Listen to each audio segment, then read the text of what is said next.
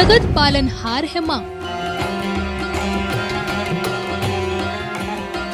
मुक्ति का द्वार है माँ, भक्ति का आधार है माँ, सबकी रक्षा की अवतार है माँ।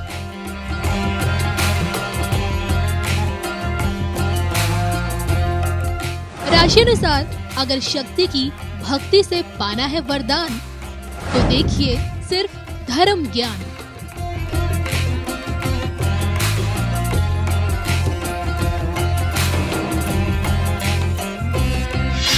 नमस्कार, धर्म ज्ञान की खास पेशकश शारदीय नवरात्र में आप सबका स्वागत है। हमेशा की तरह मैं कविता राणा और मेरे साथ मौजूद हैं आज आचार्य राकेश चतुर्वेदी जी। सर स्वागत है। नमस्कार दर्शकों। नमस्कार कविता जी। आज के इस वीडियो में हम बात करेंगे वृषभ राशि वाले जातकों के बारे में। जी हाँ, आखिरकार शक्ति का ये महापर्व आप लोगों के लिए क्या कुछ लेकर आ रहा है। ये तो माँ के 9 रूप होते हैं, लेकिन इन 9 रूपों में से कौन सा रूप आप लोगों के लिए सबसे ज्यादा कल्याणकारी कहें या फिर अत्यंत लाभकारी माना जाता है।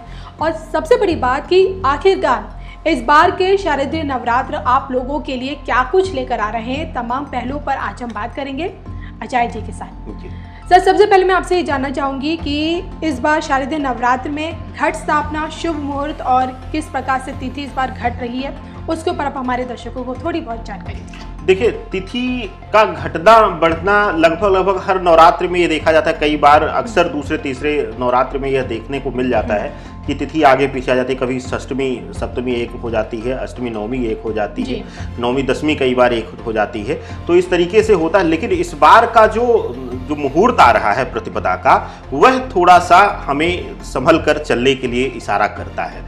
जरूरी ना हो, अगर आप अपने घर में कलश स्थापना ना करते हो, बहुत ज्यादा बाउंडेड ना हो, तो इस बार ना भी करें आप कलश स्थापित, तब भी चलेगा। क्योंकि इस बार जो प्रतिपदा की तिथि है वह बहुत शुभ नहीं है।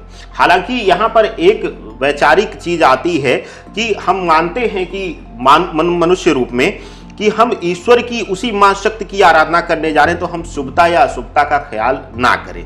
लेकिन क्योंकि हम एक ज्योतिषी हैं, एक ज्योतिषी एंगल से हमसे आप पूछ रहे हैं और आप सबको एक उम्मीद होगी कि कुछ ऑथेंटिक चीजें बताया जाए, तो उसके लिए एक प्रमाण मैं देता हूं कि जब ईश्वरीय काल जब चला था, जब माना जाता था कि ईश्वर इस धरा पर आते थे, अनेक रूपों में आए हैं, चाहे वो श्री राम के रूप में आए हैं, चाहे वो परशुराम के रूप में, चाहे कृष्ण के रूप में आए हैं, चाहे वो अलग अलग मत्स्य अवतार हुआ, अलग अवतार हुए हैं। लेकिन जब राम और कृष्ण के रूप में भी आए भगवान विष्णुदेव भी स्वयं, या माता भी कई अवतार ली उन्होंने, तो उन्होंने भी यह विशेष ख्याल किया। उन्होंने उस समय के वेद पाठी ब्राह्मणों से, जो जानकार थे ज्योतिष के, उनसे समय मुहूर्त लेकर ही यज्ञ और हवन का मुहूर्त लिया। तो पहली चीज तो यह हो जाती कि इस मुहूर्त का बहुत होता है, महत्व होता है। तो हम ऐसा नहीं कह सकते कि इस बार अशुभ है तो हम माता के ऊपर नहीं, हमें ख्याल करना होगा, कुछ नियम का ख्याल करना होगा। पहली चीज की घट स्थापना आप अभिजीत मुहूर्त में ही करें, जो कि लगभग 11:30 बजे से लेकर 12:30 बजे तक का लगभग समय रहेगा। अपने शहर के अनुसार से अभिजीत मुहूर्त देख लें और विशेष करके ख्याल रखें कि आप तैयारी कर लें, समस्त तैयारियां कर लें। उस बीच जो कलश का स्थापना का जो मेन विधि है, उसमें चाहे जल का भरना, बाकी चीजों का, सामग्रियों का डालना, और जो नियम है उसको आप उस 1 घंटे के अंतराल में आप कर लें। नहीं तो आपके लिए फिर समय सही नहीं है। ऐसा नहीं है कि इस बार विशेष करके ख्याल रखना। देखिए, 2 अंतर आता है कविता जी। जब हमें शुभ मुहूर्त मिलता है या शुभ समय मिलता है, तो हम आंख बंद करके किसी भी समय घट स्थापना कर लें तो कोई दिक्कत नहीं होती है। लेकिन जब हमें विषयोग इस बार मिल रहा है, चित्रा नक्षत्र का वह विषयोग हमें मिल रहा है इस प्रतिपदा पे, तो हमें विशेष करके ख्याल इसका रखना रहेगा कविता जी। चलिए आचार्य जी, अब आपसे जानना चाहूंगी कि नवरात्र काल से जुड़े वृषभ राशि वालों के ग्रह नक्षत्र क्या कुछ संकेत देते हैं। देखिए, वृषभ राशि वालों के लिए यह नवरात्र जो है वह कुछ मामलों में इनके लिए मन के इनकी अशांति को दूर करने वाला। देखिए, राहु जो है इनकी राशि में, या कह लें कि इनके स्थान पे, इनके घर में बैठा हुआ है। राहु जब कहीं भी बैठता है तो वहां पे बेवजह की शक्ति देता है। बेवजह की शक्ति हम इसलिए इसको कह रहे हैं कि यह पावर का कारक है, राहु बल का कारक है, और बल भी कैसा, विनाश वाला। कि अगर आपको कोई सामान्य रूप से अगर आपके जीवन में कुछ शुभता आनी होगी, तो यह आपको शांत कर देगा, लेकिन अशुभता देना होगा तो कोई आपको रे करके बुलाएगा और आप उसको तमाचा मारने चले जाएंगे। तो राहु इस चीज का कहते हैं। तो यहां पर आपके जीवन में शांति लेने के लिए बहुत ही उत्तम समय है, और विशेष करके यह नवरात्रि, और इस नवरात्रि में कुछ विशेष चीजों का अगर आप ख्याल करते हैं, जैसे कि उनकी पूजा सामग्री, उनका भोग किस चीज से लगाएं आप। पंचमेवे की खीर बनाकर अगर आप डेली शाम को उनको भोग लगाते हैं, माँ दुर्गा को उनको प्रसाद चढ़ाते हैं, और सांध्य आरती के बाद वही प्रसाद अपने खुद लें और अपने परिवार वालों को भी दें, सदस्यों को भी दें, तो आपके लिए शुभता आएगी। इसके साथ ही अब आप, क्योंकि हर वीडियो में आप पूछ रही हैं कि कौन से विशेष रूप का इनको स्मरण करना चाहिए, ध्यान करना चाहिए, तो कविता जी यहां पर विशेष करके ख्याल आता है वृषभ राशि वालों के लिए एक समस्या इनको हमेशा परेशान करती है, या लग्न वालों के लिए इनका मानसिक भ्रम। मानसिक भ्रम मैं इसलिए कहूंगा कि यह अपने आप से कंफ्यूज है, एकदम से कंफ्यूज रहते हैं। इनको पता होता है कि हमें यहाँ जाना है, लेकिन ये रास्ते के चयन में ही कंफ्यूजन ले लेते हैं। तो मानसिक रूप से स्थिरता लेने के लिए वो कैसे आएगा, ज्ञान से आएगा। तो इनके लिए माँ ब्रह्मचारिणी का व्रत और माँ ब्रह्मचारिणी की उपासना करना इनके लिए शुभता रहेगा। अब ऐसा नहीं है कि जिस दिन उनकी तिथि है उसी दिन उनकी उपासना की जाए। आप 9 दिन उनके लिए विशेष उनके मंत्रों का जप कर सकते हैं। उनके बीज मंत्र आप देख लें और उन बीज मंत्रों को आप जप करें, या कुछ स्थिति में माँ ब्रह्मचारिणी के लिए कहा गया है कि कुछ विशेष स्थिति में इनके अलग अलग ग्रही अनुसार, जैसे वृषभ राशि में अगर लग्न में शुक्र बैठा हुआ है, केतु बैठा हुआ है, तो उनके लिए मंत्र अलग हो जाएंगे। इसलिए हम विशेष मंत्र नहीं दे रहे हैं, इनके बीज मंत्र आप ले लें, क्योंकि अगर आप गलत करते हैं तो आपको फल मिलने की जगह अगर नुकसान होता है, तो हम ये नहीं चाहेंगे। सिर्फ इनके बीज मंत्रों का आप जाप करें और ब्रह्मचारिणी माँ का उपासना। और यहाँ पर एक विशेष ख्याल आ जाता है कि आप विशेष करके महिलाएं जो हैं वह कुशासन का प्रयोग ना करें, कुश के आसन का प्रयोग ना करें। पुरुष कुशासन का प्रयोग करते हुए श्वेत वस्त्र में ही इसका जाप करें, उनके लिए शुभता रहेगी। कविता जी, अजय जी, जो आपने ग्रह नक्षत्र बनाए हैं इसके आधार पर आप क्या बताना चाहेंगे?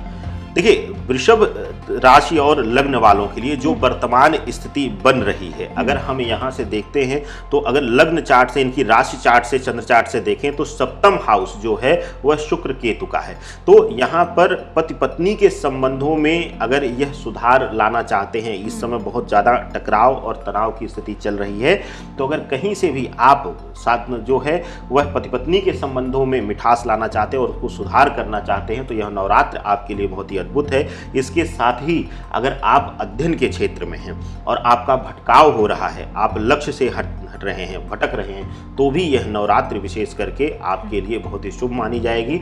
और यहाँ पर आप अगर विद्यार्थी हैं या फिर संबंधों में पीड़ा से परेशान हैं, तो आप श्वेत और पीले पुष्प इनको चढ़ाएं और पीले चावल रंग कर उन्हीं का आसन दें, वही अक्षत आप उनको प्रसाद रूप में दें। और जो आपको पंचमेवा का प्रसाद हमने बोला, वो तो आपके लिए धन धान्य और लक्ष्मी प्राप्ति के लिए परिपूर्ण है। कविता, चलिए, आपके काम कारोबार, आपके धन धान्य को लेकर भी ये नवरात्र आप लोगों के लिए क्या कुछ लेकर आ रहे हैं, इस पर भी हम बात करेंगे। लेकिन आइए उससे पहले आचार्य जी से ये जान लेते हैं कि नवरात्र से जुड़ा अनुष्ठान का महत्व क्या होता है, बताइए। देखिए, अनुष्ठान जो है विशेष करके नवरात्र में अगर हम कुछ विशेष मंत्रों का जाप सामान्यतः, क्योंकि इस समय कोविड का भी समय चल रहा है, तो हर कोई अपने परिवार में अनजान किसी को बैठाना नहीं चाह रहा है।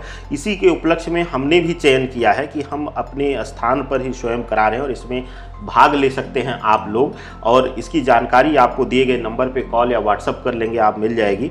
अब अनुष्ठान में यह होता है कि उस समय अगर हम विशेष तंत्रोक्त मंत्रों का जाप करते हैं तो उन शक्तियों को बल मिलता है। अगर उस समय हम किसी लक्ष्य को, किसी कार्य को अपने मन में रखकर वह अनुष्ठान करें या सामूहिक अनुष्ठान में भाग लें, तो हमारे लिए वह कार्य सिद्धि के चांसेस बढ़ जाते हैं, हमें सक्सेस के चांसेस बढ़ जाते हैं। कविता जी, तो देखिए, अगर आप अनुष्ठान करवाना चाहते हैं तो उसके लिए आप आचार्य चतुर्वेदी जी से सीधा संपर्क कर सकते हैं। चलिए, अब बात करते हैं आपके धन धान्य, आपके काम कारोबार के लिए शक्ति के ये 9 दिन कैसे रहेंगे।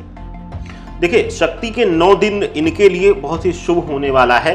हालांकि एक चीज का विशेष रूप से इनको ख्याल करना होगा वृषभ राशि और लग्न वालों के लिए कविता जी, इस समय इन 9 दिन में इनको थोड़ा सा आर्थिक तंगी का सामना करना पड़ेगा, लेकिन इसको ये निराश ना हो, इस चीज को आप सकारात्मक लें। जब हम किसी चीज से संघर्ष करते हैं या जब हमें संघर्ष मिलता है, चाहे वह हमारे कार्य क्षेत्र हो, चाहे धन क्षेत्र हो, चाहे वह संबंधों का क्षेत्र हो, तो हमारे पास सबसे ज्यादा मौका होता है उसमें सुधार करने के लिए और उसको बेहतर करने के लिए। तो यह नवरात्र आपके बेहतर करने के लिए आपको ये संघर्ष देगा और संघर्ष में आपको पकना है, माँ शक्ति के आपको आराधना करना है, उनसे शक्ति लेना है। और इस समय देखिए, माँ दुर्गा को इस धरा की सबसे बड़ी शक्ति का आधार माना जाता है, मातृत्व भाव की शक्ति का सृजन का कारक माना जाता है। तो आप सबके पास मौका है और हम सब जानते हैं माँ कितनी भी कठोर हो और बच्चे अगर हृदय से रुदन करने लगे, रोने लगे और अपने मन में सच्ची श्रद्धा रखकर, तो माँ पिघल ही जाती है। यह सत्यार्थ है कविता। तभी कहा जाता है कि माता कभी को माता कभी नहीं कही जाती। चलिए, इसी से आइए जाते जाते जान लेते हैं कि इस नवरात्रि किस रंग का कौन सा रंग आप लोगों के लिए शुभता लेकर आएगा। देखिए, इस नवरात्रि आपके लिए पीला वस्त्र और पीले ही पुष्पों का, साथ में आपको श्वेत पुष्प भी आप अर्पित कर सकते हैं, लेकिन वस्त्र अगर आप धारण करना चाहते हैं तो पीताम्बरी या पीला वस्त्र धारण कर सकते हैं जिसमें पीले का मिश्रण हो। काला रंग आपको अवॉइड करना है क्योंकि आपको ब्रह्मचारिणी माँ का उपासना करना है, तो आपको काले रंग से थोड़ा सा दूर रहने की जरूरत रहेगी। अब काले में नीले का भी प्रभाव लिया जाता है, तो जो भी काले रंग से या डार्क ग्रीन कलर जो होता है उसको भी आप लोग अवॉइड करिएगा। तो इस तरीके से आप वस्त्रों को स्थान दे सकते हैं। और वस्त्र का रंग जो है वह, जैसा कि आपने कहा था शुरुआत में, वह आपको अद्भुत शक्ति और ऊर्जा देता है। इस बात का आप ख्याल रखिएगा और अंदाजिएगा इस नवरात्र कि किस तरीके से आपको सकारात्मक करता है रंग। बिल्कुल, तो इस शारदीय नवरात्र में आप भी शक्ति की भक्ति से शक्ति पाइए। चलिए, इसी के साथ मुझे और आचार्य जी को दीजिए इजाजत। नमस्कार। नमस्कार।